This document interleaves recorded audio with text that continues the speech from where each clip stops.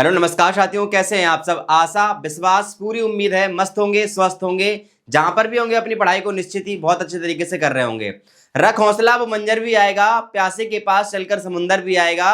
थक कर न बैठी मंजिल के मुसाफिर, मंजिल भी मिलेगी और मिलने का मजा भी आएगा। इसी के साथ आज हम डिस्कस करने वाले हैं कक्षा 11th का जो हमारे पास फिजिक्स के जितने भी चैप्टर्स होते हैं उन्हें हमें किस तरीके से पढ़ने हैं, पूरी साल की क्या स्ट्रेटेजी होने वाली है, किस तरीके से कौन से टॉपिक से कितना ज्यादा पूछा जाता है, कौन सा टॉपिक्स इंपोर्टेंट होता है, कौन कौन टॉपिक्स को हमें पढ़ना है, किन किन चैप्टर को हमें बहुत अच्छे तरीके से पढ़ना है, ताकि आने वाला जो टाइम है हमारे पास, जैसे 12th आता है फिर आगे हम लोग अगर जेई नीट वगैरह देते हैं तो वो उन सब जो भी हमारे पास टॉपिक्स महत्वपूर्ण होते हैं उनके बारे में भी हम लोग आज चर्चा करेंगे। तो ये टॉपिक्स क्यों हमें पढ़ने चाहिए, सबसे पहले हमें क्यों सिलेबस पढ़ना चाहिए, इसके बारे में मैं आपको बता दूं कि जैसे हमें कहीं पे भी जाना होता है तो हमारे पास रोड मैप होता है कि हमें कहाँ पहुंचना है। इसी तरीके से हमें पूरे साल भर क्या क्या पढ़ना होता है ये हमारे दिमाग में होना चाहिए। अगर ये सारी चीजें अगर हमारे दिमाग में होती हैं तो निश्चित ही हम एक सही डायरेक्शन के साथ अपना काम करते हैं और आगे प्रॉपर तरीके से बढ़ते जाते हैं। चलिए स्टार्ट करते हैं आज का वीडियो। कक्षा 11 भौतिकी की यानी फिजिक्स जो है वो संपूर्ण जो हमारे पास कंप्लीट कैरिकुलम डिस्कस करेंगे हम लोग आज कि कौन कौन से चैप्टर्स हमें पढ़ने वाले हैं। जो हमारा सेशन है 2026 और 27 उसको लेके हम लोग इसको टारगेट कर रहे हैं। ठीक है, चलिए स्टार्ट करते हैं, समझने का प्रयास करते हैं क्या कहानी हमारे पास होती है। ये लीजिए, आपके पास पहली इकाई हमारे पास आती है। हमें पहले जो हमारे पास इकाई होती है उसमें क्या क्या पढ़ना होता है उसके बारे में हम लोग चर्चा कर रहे हैं। ठीक है, समझने का प्रयास करेंगे कि क्या कहानी हमारे पास होती है। सबसे पहला जो चैप्टर्स होता है इसको हमने इस तरीके से डिवाइड किया, ये पहला चैप्टर मान लीजिए आप और ये हमारा दूसरा चैप्टर हो जाएगा आपका। ठीक है, ये हमारे पास पहला और दूसरा चैप्टर हो जाएगा।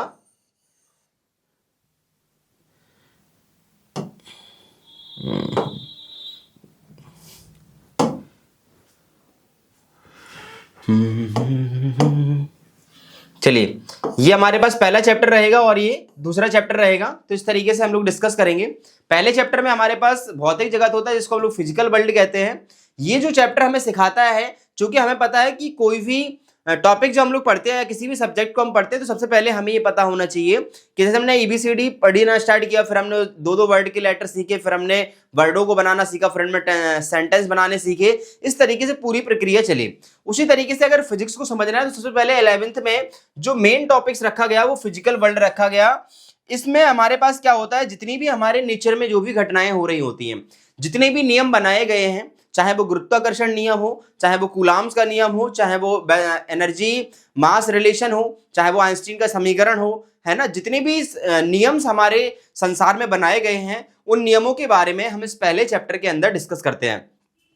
भौतिकी, प्रकृति और ब्रह्मांड के मूल नियमों का अध्ययन इसमें करते हैं। Physics study the nature of the matter and fundamental law of the universe. हमारे यूनिवर्स में कौन कौन से नियम बनाए गए हैं उसके बारे में हम पहले चैप्टर में डिस्कस करते हैं। ठीक है, सेकंड चैप्टर जो हमारे पास होने वाला है बेटा उसका नाम होता है इकाई और मापन। This is the very very important chapter in our life, because ये हमारे लिए सबसे महत्वपूर्ण चैप्टर होता है, क्योंकि यही चैप्टर हमारे सबसे बेसिक और कह सकते हैं कि ये पहली न्यू होती है।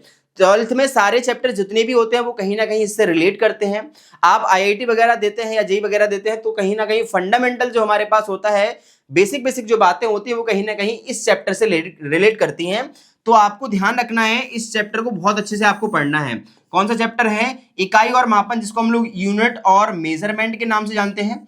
इस चैप्टर को आपको बहुत अच्छे से पढ़ना है, ये बात आपको ध्यान रखना है। इसमें पढ़ना क्या होता है, एसआई इकाइयां क्या होती हैं, एमकेएस सिस्टम हमें पढ़ना होता है, सीजे सिस्टम हमें पढ़ना होता है, एफपीएस सिस्टम हमें पढ़ना होता है। ठीक है, मापन में कौन कौन सी त्रुटियां आपको देखने को मिलती हैं, एरर्स पढ़ना होता है, और उसका मेजरमेंट किस तरीके से हम लोग करते हैं उसके बारे में चर्चा करनी होती है सेकंड चैप्टर में। तो ये सेकंड चैप्टर हमारे पास होता है। इस तरीके से हमारे पास फर्स्ट और सेकंड चैप्टर फिनिश होते हैं। बात करेंगे हम लोग थर्ड चैप्टर की। थर्ड चैप्टर में हमें क्या पढ़ना होता है। ठीक है, अगर हम थर्ड चैप्टर की बात करें आपके सामने तो ये रहा आपके पास थर्ड चैप्टर और फोर्थ चैप्टर। हमने इस तरीके से डिवाइड किया, इसको हमने थर्ड चैप्टर को यहां पर लिख दिया है। ये आपके पास तीसरा चैप्टर होता है। ठीक है बेटा, तीसरे चैप्टर की बात करें तो चैप्टर का नाम होता है सरल रेखा में गति, motion in a straight line. जितनी भी गतियां होती हैं, चाहे वो आपके ट्रेन की गति हो, चाहे वो आपकी कार की गति हो, चाहे वो आपकी मोटरसाइकिल की गति हो, चाहे वो पैदल चलने वाले व्यक्ति की गति हो, है ना, ऊपर से गिरती हुई किसी ऑब्जेक्ट की गति हो, है ना, ये सारी जो गतियां आपके पास हैं ये सब एग्जाम्पल हैं आपके किसके, स्ट्रेट मोशन के या motion in a straight line के, बोले तो सरल रेखा में गति के। ठीक है, इस चैप्टर को हमें इस चैप्टर से भी काफी क्वेश्चंस हमें कंपटीशन में भी देखने को मिलते हैं और कहीं ना कहीं हमारे दैनिक जीवन से रिलेट भी करते हैं। तो इस चैप्टर को बहुत अच्छे तरीके से हमें पढ़ना होता है। इसमें हम डिस्टेंस के बारे में जानते हैं कि डिस्टेंस क्या होता है और स्केलर क्वांटिटीज क्या होती है, ठीक है, और वेलोसिटी क्या होता है, त्वरण क्या होता है। इस तरीके से ये सारी चीजों को हम लोग समझने का प्रयास करते हैं इस चैप्टर में।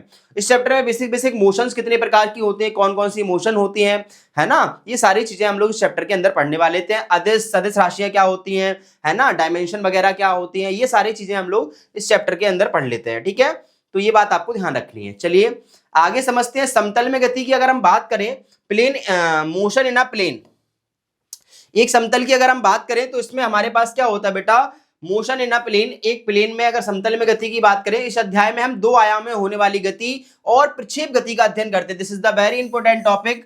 ये टॉपिक काफी महत्वपूर्ण होता है कंपटीशन के हिसाब से भी और बोर्ड के हिसाब से भी, और आने जो भी हमारे पास कंपटीशन एग्जाम होते हैं उसके लिए काफी महत्वपूर्ण चैप्टर होता है। ठीक है, this chapter covers 2D motion और द प्रोजेक्टाइल मोशन। इसमें क्या होता है, हमारे पास 2D जितनी भी मोशंस होती हैं उनको हम कवर करते हैं, और साथ साथ जो प्रोजेक्टाइल मोशन होती है जिसे हम लोग प्रक्षेप गति कहते हैं उसको कवर करते हैं। जब आप किसी ऑब्जेक्ट को ऐसे फेंकते हैं ना, तो आपने देखा होगा ऑब्जेक्ट हमेशा ऐसा आता है, एक कर्व की तरह, कुछ इस तरीके से। अगर हम कहें ये अर्थ है, अर्थ पर अगर कोई व्यक्ति खड़ा है, यहाँ पे कोई व्यक्ति खड़ा है, अगर वो किसी भी ऑब्जेक्ट को अपने हाथ से फेंकता है तो ऑब्जेक्ट ऐसा आता है ना। तो ये जो गति आपके पास होती है इस टाइप से, इसी को नाम देते हैं हम लोग प्रोजेक्टाइल मोशन, यानी कि हिंदी में कहते हैं इसको प्रक्षेप गति। क्या कहते हैं बेटा, प्रक्षेप गति। तो प्रक्षेप गति के बारे में हम इस चैप्टर के अंदर पढ़ने वाले होते हैं। ये हमारे पास समथिंग 4 चैप्टर होता है। इसके बाद 2D मोशन क्या होती है, सदिश विश्लेषण के बारे में बहुत डिटेल में चर्चा करते हैं। वेक्टर एनालिसिस काफी महत्वपूर्ण चैप्टर होता है हमारे पास। सदस्यों को कैसे जोड़ा जाता है, सदस्यों को कैसे घटाया जाता है, सदस्यों का कैसे गुणा किया जाता है ना, कैसे हम लोग भाग करते हैं। ये जो वेक्टर वाली जितनी भी चीजें होती हैं हम उस चैप्टर के अंदर पढ़ने वाले होते हैं। इसमें प्रक्षेप पढ़ते हैं। प्रोजेक्टाइल क्या होता है, परवलय जो गति होती है, परवलय पथ होता है, जो हमारे पास कह सकते हैं जो आपका पैराबोलिक पाथ होता है वो क्या होता है, इसके बारे में भी हम इस चैप्टर के अंदर डिस्कस करते हैं। ठीक है, नेक्स्ट इसी में हम लोग पढ़ लेते हैं बेटा सर्कुलर मोशन, जिसको हम वृत्तीय गति के नाम से जानते हैं। सेंट्रीपिटल फोर्स के बारे में पढ़ते हैं हम इसको। ठीक है, तो हमारे पास क्या अभिकेंद्र त्वरण जो होता है, अभिकेंद्र बल जो होता है, इसके बारे में हम लोग इस चैप्टर के अंदर डिस्कस करते हैं। किसी भी ऑब्जेक्ट को जब ऐसे ऐसे घुमाते हैं आप, तो वो क्या होता है, वृत्तीय गति होती है। ठीक है, तो इस तरीके की चीजें हमें इसमें देखने को मिल जाती है इस वाले चैप्टर में। आगे डिस्कस करेंगे चैप्टर नंबर 5 की। अगर बात करेंगे चैप्टर नंबर 5 की, काफी महत्वपूर्ण चैप्टर होता है और हमारे दैनिक जीवन से जुड़ा हुआ चैप्टर होता है। गति के नियम, लॉज ऑफ मोशन। हमें पता है गति के कितने नियम होते हैं, जो न्यूटन ने आपको दिए थे। 3 नियम हमें देखने को मिलते हैं। ठीक है, 3 नियम, गति का पहला नियम, दूसरा नियम, तृतीय नियम, और गति के जो समीकरण होते हैं वो भी हम कहीं ना कहीं इस चैप्टर के अंदर पढ़ने वाले होते हैं। ठीक है, न्यूटन के जो बल और गति के संबंध के नियम जो होते हैं, Newton's law explanation of the relation between force and motion. जब किसी वस्तु में बल लगाया जाता है तो वस्तु किस तरीके से गति करती है। ऑब्जेक्ट, जैसे हमारे पास मान लीजिए कोई भी ऑब्जेक्ट आपके पास रखा है, ठीक है, कोई भी ऑब्जेक्ट आपके पास है, ऑब्जेक्ट अगर पास है और कोई भी व्यक्ति आपके पास है, उस व्यक्ति के द्वारा अगर इस पर बल लगाया जाएगा फोर्स, तो ये ऑब्जेक्ट क्या करेगा, मूव करेगा। तो जब मूव करेगा तो मोशन होने के बाद मोशन किस तरीके से होती है, ऑब्जेक्ट किस तरीके से इसको रिपल करता है, इस तरीके से हम लोग, या जो ऑब्जेक्ट होता है वो हमेशा अपनी सिचुएशन में रहने का प्रयास करता है। ये सारे कॉजेज जो होते हैं वो हम इस चैप्टर के अंतर्गत पढ़ते हैं। ठीक है, तो इसमें हमें क्या पढ़ना होता है बेटा, फोर्स पढ़ना होता है, फ्रिक्शन के बारे में हमें पढ़ना होता है, बहुत सारे फ्रिक्शंस होते हैं, जड़त्व इनर्शिया क्या होता है इसके बारे में भी हमें इसमें पढ़ना होता है। ये चैप्टर काफी विस्तृत चैप्टर होता है। ठीक है, बराबर एम हमें पता है किसी वस्तु पर गति बदलने वाला जो कारक होता है वो बल कहलाता है। गति का जो विरोध करता है, ठीक है, फोर्स अपोजिंग मोशन को जो हम लोग क्या कहते हैं, घर्षण कहते हैं, फ्रिक्शन कहते हैं। न्यूटन्स लॉ की अगर हम बात करें कि जड़त्व क्या होता है, किसी वस्तु का अपनी अवस्था में हमेशा वो कहना चाहता है, रहना चाहता है, इसी को हम लोग नाम देते हैं क्या, जड़त्व। यानी अपनी अवस्था परिवर्तन का वो हमेशा क्या करता है बेटा, विरोध करता है, इसको हम लोग जड़त्व कहते हैं। तो हमने कहीं ना कहीं 5th चैप्टर में जो हम पढ़ते हैं वो मोशन के बारे में पढ़ते हैं। ये पहली बुक की बात हो रही है। अगर हम आगे डिस्कस करें, अगर हम आगे बात करेंगे तो आगे हमारे पास जो चैप्टर निकल के आता है उसका नाम होता है आपके पास कार्य, ऊर्जा और शक्ति। क्या नाम होता है, कार्य, ऊर्जा और शक्ति, वर्क, एनर्जी एंड पावर। काफी इंपोर्टेंट चैप्टर ये भी होता है और हमारे दैनिक जीवन से जुड़ा हुआ होता है। कार्य क्या होता है, ऊर्जा क्या होती है, शक्ति क्या होती है, कार ऊर्जा प्रमेय क्या होती है, ऊर्जा कितने प्रकार की होती है, शक्ति किस तरीके से डिफाइन करते हैं, शक्ति को कैसे परिभाषित करते हैं, शक्ति का क्या क्या मात्रक होता है, इसके बारे में हम लोग इसमें चैप्टर में बहुत सारी बातें करते हैं। ठीक है, तो ये कहीं ना कहीं हमारे पास 6 चैप्टर होता है। 6 चैप्टर में हम लोग क्या करते हैं, कार ऊर्जा और शक्ति के बारे में अध्ययन करते हैं। ठीक है, इसमें हमें क्या क्या पढ़ना होता है, वर्क पढ़ना होता है, डब्ल्यू का जो फॉर्मूला होता है एफ डी कॉस थीटा, ये कार का फॉर्मूला होता है, kinetic energy half M V square, इसके बारे में बहुत अच्छे से डिस्कस करते हैं हम लोग। इसके बाद अगर हम बात करें स्थितिज ऊर्जा की, तो पोटेंशियल एनर्जी हमारे पास होती है एम जी एच, ठीक है, स्थितिज ऊर्जा, और जो वर्क आपके पास पावर होती है P बराबर डब्ल्यू अपॉन टी, कार्य करने की दर को हम लोग क्या कहते हैं, शक्ति कहते हैं। ये सारी चीजें हमें इस चैप्टर के अंदर पढ़ने को मिलती हैं बहुत डिटेल्स में। ठीक है, तो ये हमारे पास 6 चैप्टर हो जाता है फिजिक्स का 11th का। आगे हम लोग बात करेंगे बेटा, नेक्स्ट चैप्टर हमारे पास कौन सा होता है, ये हमारे पास नेक्स्ट चैप्टर इसमें निकल के आता है आपका घूर्णन गति, जिसको हम लोग रोटेशनल मोशन कहते हैं, कणों का तंत्र और घूर्णन गति। चैप्टर का क्या नाम होता है, कणों का तंत्र और घूर्णन गति, जिसको सिस्टम ऑफ पार्टिकल्स कहते हैं और रोटेशनल मोशन के नाम से हम लोग जानते हैं बेटा। ठीक है, इस अध्याय की अगर हम बात करें, इस चैप्टर के अंदर हमें क्या पढ़ना होता है, कितने प्रकार की आपकी रोटेशनल मोशन होती है, द्रव्यमान केंद्र क्या होता है, इसके बारे में हम लोग पूरे विस्तार से हम लोग क्या करते हैं, अध्ययन करते हैं। मान लीजिए आपसे कहा जाए कि इस जो हमारे पास जो हम पेन लिए हैं, इसका कहाँ सेंटर ऑफ मास होगा, तो हम जहां पर ये ऑब्जेक्ट क्या होगा, सट जाएगा, वहां पर क्या कहलाएगा, उसका द्रव्यमान केंद्र कहलाएगा। ये सारी बातें हम लोग इस चैप्टर के अंदर पढ़ते हैं कि अलग अलग पिंडों के द्रव्यमान केंद्र जो होते हैं बेटा, वो अलग अलग होते हैं। वो सारे पिंडों के द्रव्यमान केंद्रों के बारे में हम इस चैप्टर के अंतर्गत पढ़ते हैं। द्रव्यमान केंद्र जो आरसीएम होता है, इसका जो फॉर्मूला होता है, उस तरीके से हम पढ़ने को मिल जाता है। कोणीय वेग के बारे में पढ़ते हैं हम यहाँ पर, omega is equal to d theta upon d t, ठीक है। और जड़त्व आघूर्ण जो होता है आई बराबर एम आर स्क्वायर। कोणीय संवेग के बारे में पढ़ते हैं, एल बराबर आई इंटू ओमेगा। तो ये सारे टॉपिक्स हमें इस चैप्टर के अंदर पढ़ने को मिल जाते हैं। ठीक है, तो ये हमारे पास 7 चैप्टर था। आगे हम लोग बात करेंगे 8th चैप्टर की, और ये फर्स्ट बुक का बेटा लास्ट चैप्टर होता है। ये फर्स्ट बुक की यानी 2 पार्टों में हमारी अगर फिजिक्स बटी है 11th की, तो जो फर्स्ट बुक होती है उसका लास्ट चैप्टर होता है ग्रेविटी, जिसको हम लोग 7 चैप्टर के नाम से जानते हैं, ग्रेविटेशन। इस अध्याय में हम लोग भी पढ़ते हैं कि किसी भी ऑब्जेक्ट को जब आप ऊपर से गिराते हैं तो वो हमेशा कहाँ जाता है, नीचे जाता है। इसका क्या कारण होता है, गुरुत्वीय त्वरण कैसे काम करता है, गुरुत्वाकर्षण बल कैसे काम करता है, कैसे प्लैनेट्स आपस में घूम रहे होते हैं, हर एक प्लैनेट्स घूम रहा है और वो नीचे नहीं गिर रहा है, इसका कारण क्या होता है, केपलर के नियम क्या होते हैं, केपलर में कितने नियम दिए थे, गुरुत्व क्षेत्र की तीव्रता क्या होती है, कि जब मिसाइल को यहाँ से दागा जाता है तो मिसाइल क्यों नीचे नहीं आती है ना। ये सारे टॉपिक्स जो हमारे दिमाग में होते हैं और ये बातें हमारे दिमाग में होती हैं, इन सब बातों का हम लोग विस्तृत से क्या करते हैं, अध्ययन करते हैं इस चैप्टर के अंतर्गत। ठीक है, जो फॉर्मूला होता है हमारे पास गुरुत्वाकर्षण का, F बराबर capital G m1 m2 upon r square, इसके बारे में हम लोग इस चैप्टर के अंतर्गत क्या होते हैं बेटा, पढ़ लेते हैं। ठीक है, ये बात आपको ध्यान रखनी है। आगे हम लोग बात करेंगे सेकंड बुक की। अगर हम यहाँ पे हम लोग चलते हैं सेकंड बुक के अंतर्गत, तो सेकंड बुक में हमें क्या क्या पढ़ना होता है इसके बारे में हम लोग चर्चा कर रहे हैं। सबसे पहले हमें सेकंड बुक में जो पहला चैप्टर होता है इलास्टिसिटी हम लोग कहते हैं, तो डायरेक्ट हम लोग इलास्टिसिटी ना पढ़ के हम लोग क्या कहते हैं, प्रॉपर्टीज ऑफ मैटर की क्या क्या प्रॉपर्टी होती है। तो जो प्रत्यास्था चैप्टर होता है या पृष्ठ तनाव जो हमें देखने को मिलता है ना, ये सारे जो चैप्टर्स होते हैं वो इसी के अंतर्गत हम लोग पढ़ लेते हैं। मैकेनिकल प्रॉपर्टी ऑफ सॉलिड, ठोसों के अंदर कौन कौन से गुण पाए जाते हैं जिसमें प्रत्यास्था होता है, पृष्ठ तनाव हमें देखने को मिलता है ना, ये सारे चैप्टर हम लोग इसमें पढ़ते हैं। द्रवों के जो आंतरिक गुण होते हैं, मैकेनिकल प्रॉपर्टीज ऑफ फ्लूइड्स, जिसमें श्यानता पढ़ते हैं, पृष्ठ तनाव पढ़ते हैं, बर्नौली की प्रमेय पढ़ते हैं, प्रत्यास्था में इलास्टिसिटी पढ़ते हैं, हुक का नियम पढ़ते हैं, तनाव की विकृति पढ़ते हैं, है ना, स्ट्रेस स्ट्रेन पढ़ते हैं। और अगर हम लोग बात करें इसी के अंदर, अगर तीसरा चैप्टर की बात करें, सेकंड बुक का फर्स्ट चैप्टर हम लोग लेके चलते हैं। फर्स्ट चैप्टर या फिर कह लो कि यूनिट, मान लीजिए आपके पास यूनिट है, ठीक है। तो इसमें हम लोग क्या पढ़ते हैं, हीट कंडक्शन पढ़ते हैं बेटा, विकिरण रेडिएशन पढ़ते हैं, विशिष्ट ऊष्मा पढ़ते हैं, स्पेसिफिक हीट क्या होती है। ये सारी चीजें हमें इस चैप्टर के, इस यूनिट के अंदर देखने को मिल जाती है। ठीक है, चलिए आगे समझने का प्रयास करते हैं।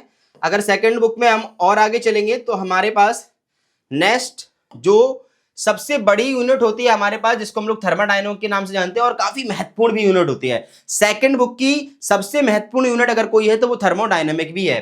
ठीक है, इसमें हम लोग पढ़ते हैं ऊष्मा क्या होता है, टेम्परेचर क्या होता है, ऊर्जा का आदान प्रदान और अध्ययन किस तरीके से होता है इसके बारे में पढ़ते हैं। शून्य नियम क्या होता है, जीरो लॉ क्या होता है, फर्स्ट लॉ क्या होता है, द्वितीय नियम क्या होता है, एंट्रोपी से आप क्या समझते हैं। ठीक है, जो ऊर्जा का संबंध नियम है द्वितीय वाला वो क्या होता है, और जो हमारे पास शून्य नियम है ऊष्मा का, साम्य नियम भी किसे कहते हैं, इक्विलिब्रियम लॉ, ये क्या होता है इस चैप्टर के अंतर्गत बहुत डिटेल में। ऊष्मा इंजन क्या होता है ना, कार्नो इंजन क्या होता है, ये सारी बातें हम लोग इस चैप्टर के अंतर्गत या इस यूनिट के अंतर्गत पढ़ते हैं।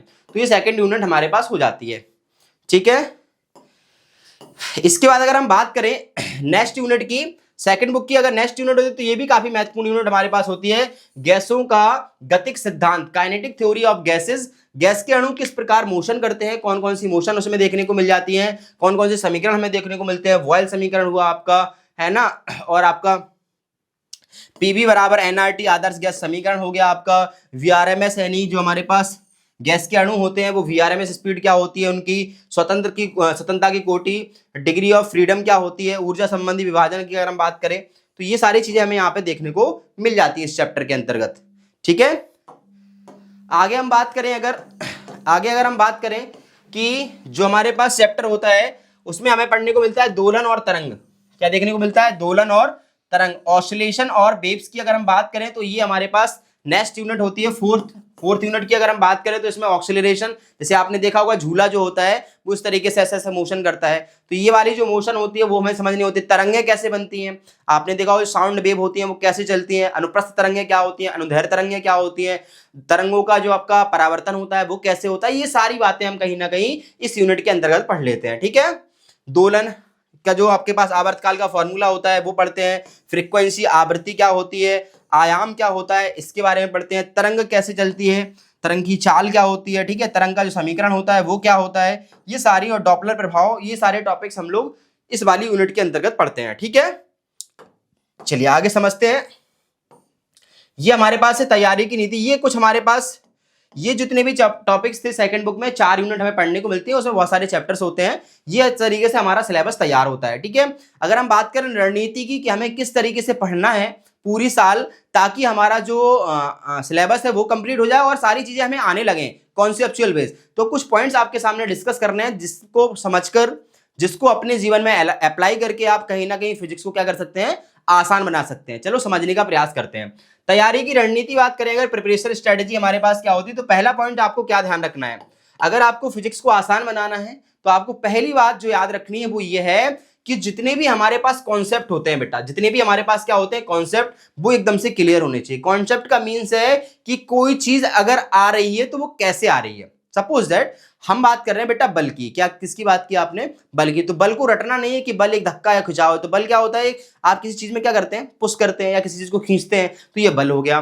बल के द्वारा जब वस्तु किसी विस्थापित हो जाती है तो हम कहते हैं हमने काम कर लिया। वस्तु को खिसकाना क्या हो गया, काम हो गया। ये जो कॉन्सेप्ट होता है छोटे छोटे, जब हम काम करते हैं तो हमारे पास क्या होनी चाहिए, एनर्जी होनी चाहिए।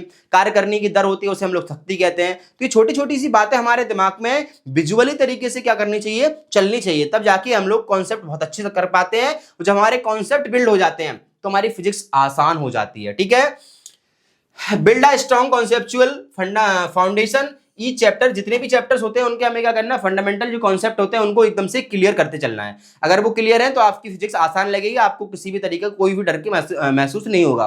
बेटा फिजिक्स बहुत आसान है और इसके साथ साथ एक तो सबसे अच्छी बात है इंटरेस्टिंग है ना, बोरिंग वाली चीजें नहीं है। अगर आप चीजों को समझते हैं, अपने दैनिक जीवन में उसको रिलेट करते हैं तो आपको एकदम से मजा आता है। जब मजा आने लगता है तो चीजें आपको आसान लगने लगती है, ठीक है। बात करें बेटा सेकंड टॉपिक की, प्रतिदिन आपको क्या करना है, न्यूमेरिकल प्रैक्टिस करनी है।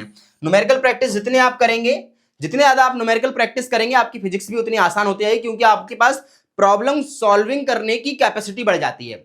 जब आपको प्रॉब्लम सॉल्विंग कैपेसिटी बढ़ जाती है तो आपका मन लगने लगता है, और मन लगने लगता है तो चीजें फिर आपको खोजने में क्या होती है, मदद होती है। और खोजने में जब मदद होती है तो अपने आप से खोजते हैं तो चीजें और विस्तृत तरीके से निकल के आती हैं। नियमित रूप से बेटा आपको क्या करना है, रिवीजन करना है। ये भी आपके पास तीसरा काफी महत्वपूर्ण पॉइंट होता है। पहली, कॉन्सेप्ट क्लियर करके चलना है। अगर आपको फिजिक्स को आसान बनाना है तो वो मोटी मोटी सी बातें यही है। पहली बात यह है कि आपको हर एक कॉन्सेप्ट को बहुत अच्छे तरीके से समझना है। कोई चीज कहां से आई है, किस तरीके से वो रिलेट करती है, उसका फॉर्मूला क्या होता है, फॉर्मूला हमसे क्या कहना चाह रहा है, ये बात आपके दिमाग में एकदम से क्लियर और कट होनी चाहिए हर एक चैप्टर की। सेकंड बात अगर हम करें तो सेकंड बात ये है कि न्यूमेरिकल्स पर ज्यादा से ज्यादा क्या करनी है, आपको प्रैक्टिस करनी है।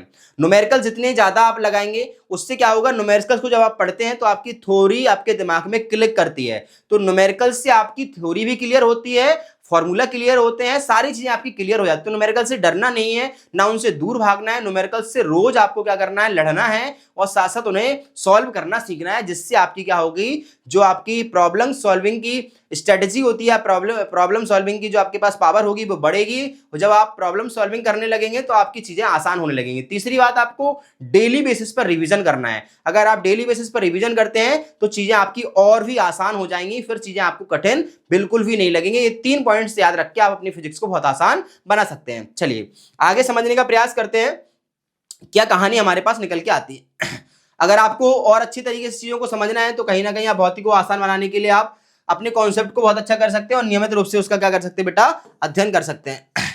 और अगर आपको ऑफलाइन के माध्यम से चीजों को समझना है तो कहीं ना कहीं आप कॉन्सेप्ट एकेडमी, आशीष कॉन्सेप्ट एकेडमी से जाकर जुड़ सकते हैं। और आपको ऑनलाइन के माध्यम से अगर चीजें देखना है तो फिजिक्स विद आशीष सर के साथ आप बराबर लगे रहिए। अगर वीडियो अच्छा लगा है तो चैनल को सब्सक्राइब कर लीजिए, बेल आइकन का बटन दबा लीजिए, ताकि आने वाले जो भी वीडियो हैं वो आपके पास आते रहें और तुरंत आपको अपडेट मिल जाए। और दोस्तों के साथ शेयर कीजिए, छोटे बच्चों से प्यार कीजिए, बड़े लोगों का सम्मान कीजिए। Thank you so much, all the best बेटा।